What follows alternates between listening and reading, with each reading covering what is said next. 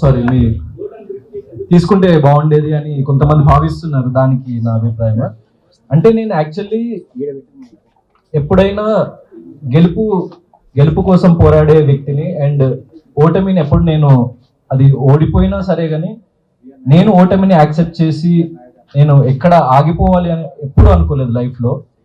So డబ్బు కానీ లేకపోతే ఇంకోటి మరొకటి కానీ ఏది ఆ గెలుపుని కొనలేదు.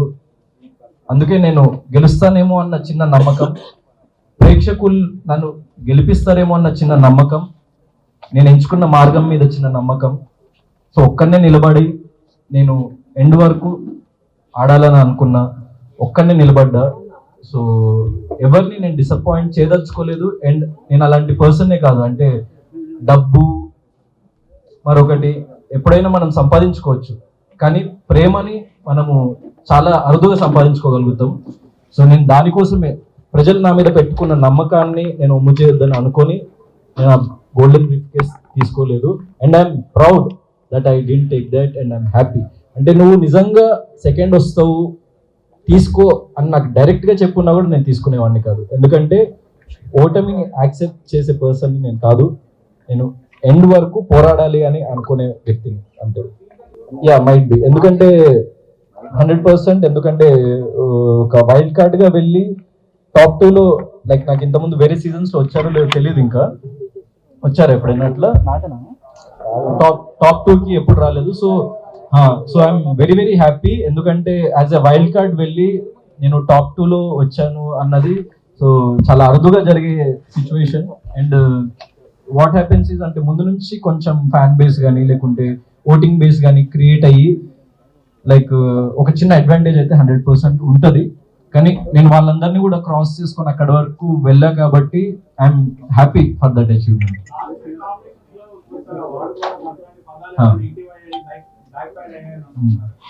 అంటే లేదు, అంటే నేను నార్మల్ మీనింగ్ తో చెప్పింది కొంతమంది డబుల్ మీనింగ్స్ అర్థం చేసుకున్నారు. సో దానికి ఏమైంది అన్నది లైక్ నాకు ఇంకా తెలియదు. So what ever it is అంటే లైక్ మీకే తెలియాలి వాట్ హ్యాపెండ్ అవుట్ సైడ్ అన్నది. దానికి క్లారిఫికేషన్ కూడా నెక్స్ట్ డే ఇవ్వడం కూడా జరిగింది హౌస్ లో.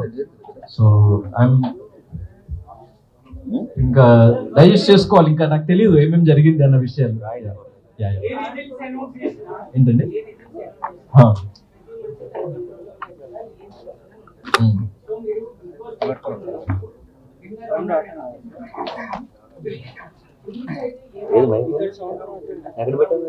ఇన్సైడ్ ఏం ఆలోచించలేదు. లైక్ నేను పడిన కష్టానికి ఫలితం దక్కితే బాగుంటుంది అని చెప్పేసి లైక్ మేనిఫెస్ట్ చేసుకుంటూ ఉండే, ఆ దేవుని ప్రార్థిస్తూ ఉండే. మా పేరెంట్స్ చాలా చిన్న స్థాయి నుంచి నన్ను ఇక్కడి వరకు తీసుకొచ్చి లైక్ చాలా కష్టపడ్డారు. సో వాళ్ళ కోసం నేను ఏదో ఒకటి ప్రూవ్ చేయాలి అని చెప్పేసి నేను నిరంతరం కృషి చేస్తున్నా లైఫ్ లో. సో వాళ్ళు ఎలా ఫీల్ అవుతారు, వాళ్ళు నేను గెలిస్తే హ్యాపీ అవుతారా లేకుంటే నేను ఓడిపోతే ఏమైనా బాధపడతారా అని ఒక అంటే కైండ్ ఆఫ్ క్లిష్ట పరిస్థితుల్లో ఉండే. But what ever it is నేను వాళ్ళ కోసం నిలబడతా, వాళ్ళు నా కోసం నిలబడతారు ఎప్పుడు లైఫ్ లో. ఎందుకంటే నేననే కాదు ప్రతి వ్యక్తికి వాళ్ళ ఫ్యామిలీ అన్నది చాలా ఇంపార్టెంట్. అండ్ వాళ్ళు ఏమనుకుంటారు, వాళ్ళు ఎలా ఫీల్ అవుతారని నా మైండ్ లో రన్ అవుతూ ఉండే ఆ టైంలో అంతే.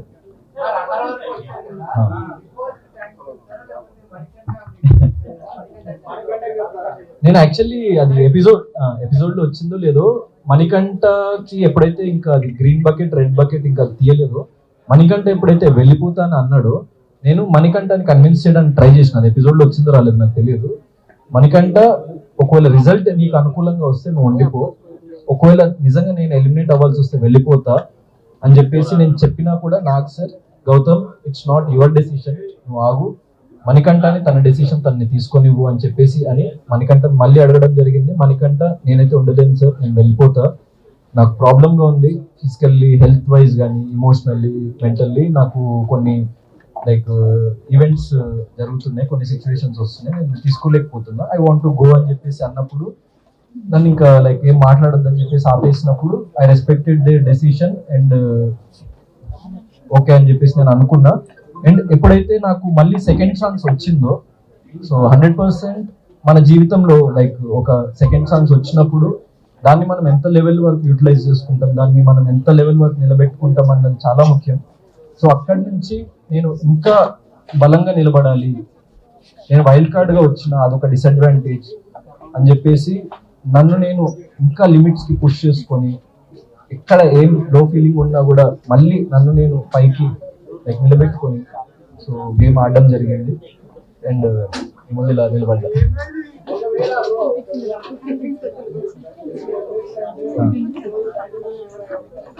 అంటే చెప్పలేదు అంటే ఇప్పుడు life is like a butterfly effect. Bigg Boss house లో everything is like a butterfly effect. అంటే ఒక చిన్న సిచ్యువేషన్ కి ఇంకో సిచ్యువేషన్ ముడిపడి ఉంటుంది. సో అలా కాకుండా ఇలా జరుగుతుంటే ఏమై ఉండేది అన్నది అలా జరిగితేనే మనకు తెలుస్తుంది తప్ప సో మనం గెస్ చేయలేము, ఊహించలేము. అక్క నేను నిఖిల్ అనలేదు కదా,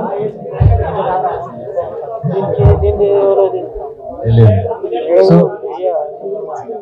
ఏంటంటే సో అంటే ఇప్పుడు సోలోగా ఆడడం మంచిదా గ్రూప్ గా ఆడడం మంచిదా మీ ఉద్దేశంలో?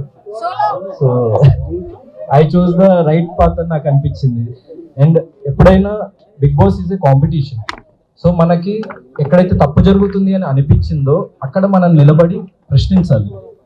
సో అలా నాకు ఎక్కడైతే తప్పు అనిపించిందో ప్రశ్నించినా, ఎక్కడైతే తప్పు జరుగుతుంది అని అనిపించిందో, ఎందుకంటే అక్కడ చాలా సార్లు నా మీదకి కూడా వచ్చింది. So I was getting affected in few situations. So 100% నాకంటూ ఎవరు లేరు, నాకంటూ ఎవరు సపోర్ట్ మీరు చూసిండ్రు. సో మీరు ఎవరైనా నాకు ఒక్క హౌస్ మేట్ అయినా లోపల సపోర్ట్ చేశారా మీరు చెప్పండి? సో లేదు కదా. సో నా కోసం నేను నిలబడాలి కదా. So that is what I stood for. And so నాకు అలాంటి ఫీలింగ్స్ ఏం లేవండి. So what ever it is, నేను గెలిచుంటే బాగుండేదన్న భావన ఉంటుంది. నేను అరే ఎండ్ వరకు వచ్చి కప్పు ఎత్తలేకపోయినా అన్న చిన్న అసంతృప్తి ఉంటుంది. అరే నన్ను నమ్మిన వాళ్ళు ఎక్కడైనా హర్ట్ అయినరా, నన్ను నమ్మిన వాళ్ళు ఎక్కడైనా ఫీల్ అయినరా అని చిన్న బాధ ఉంటుంది తప్ప అరే వేరే ఎవరో గెలిచిండ్రు కదా అన్న జెలసీ ఉండదు. సో వేరే వాళ్ళు ఎందుకు గెలిచిండ్రు అని చెప్పేసి నాకు అలాంటి భావన ఉండదు. నేను లైఫ్లో నేను లైఫ్లో జరిగిన వాటి నుంచి నేర్చుకొని ఇంకా దృఢంగా నిలబడి నా ఫర్దర్ స్టెప్ ఏంటి అన్న దాని గురించి ఆలోచించి ముందుకెళ్తా. So this is not the end. నాకు లైక్ నేను ఆల్మోస్ట్ మీ అందరికంటే చాలా చిన్నవాడిని ఏజ్ లో కూడా. సో లైఫ్ చాలా ఉంది మీకంటే కాదు, చాలా మంది కంటే. So yeah I have lot of life to go. So మీరు మీ ఇంటి బిడ్డలా నన్ను ప్రేమించి ఆదరించింది కాబట్టి నేను ఇక్కడ ఉన్నా. So I'm happy for that. And నా ఫర్దర్ స్టెప్స్ లో మీరు ఇలానే నాకు సపోర్ట్ చేస్తూ ఉంటారు అని చెప్పేసి నేను భావిస్తున్నాను. ఎందుకంటే ఏ సపోర్ట్ లేకుండా, ఏ బ్యాక్గ్రౌండ్ లేకుండా ఇంత దూరం వచ్చిన సో నిలబడ్డా మీ ముందు.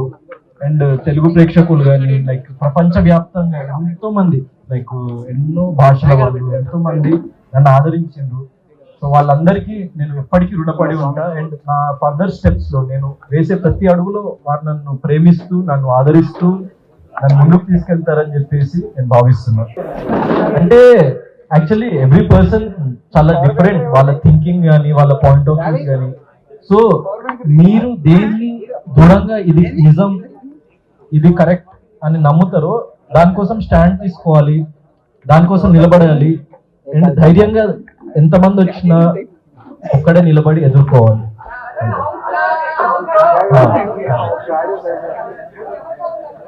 అది లేదు, నేనే పవన్ కళ్యాణ్ ఫ్యాన్. నా పల్స్ అదొక పవర్. సో నాకు అదొక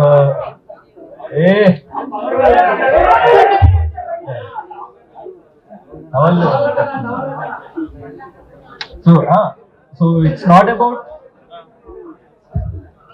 అబౌట్ ఫ్యాన్స్ ఆర్ ఎనీథింగ్.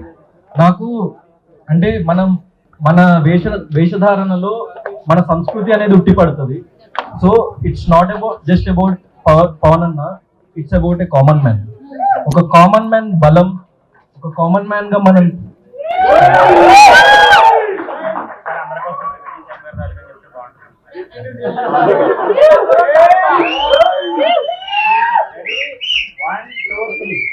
నేను పవర్ స్టార్ అన్నకి స్వతహాగా చాలా పెద్ద ఫ్యాన్ ని.